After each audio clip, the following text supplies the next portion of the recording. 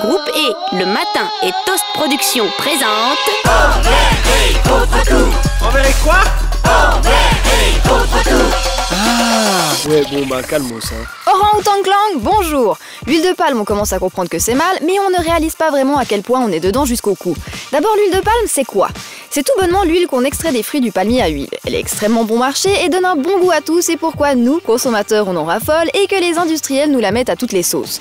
Du coup, cette fameuse huile de palme, on la retrouve dans 80% des produits alimentaires préparés, dans certains cosmétiques, voire même dans la composition de quelques biocarburants.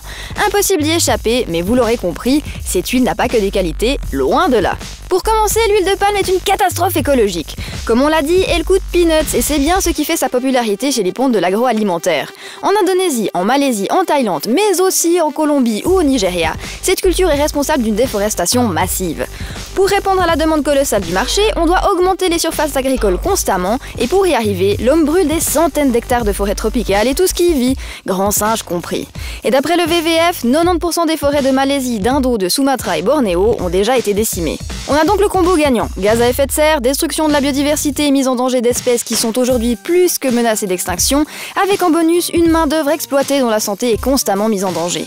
Mais ce n'est pas tout, l'huile de palme ne fait pas que des ravages dans des contrées lointaines. Elle est aussi clairement nocive pour ceux qui la consomment.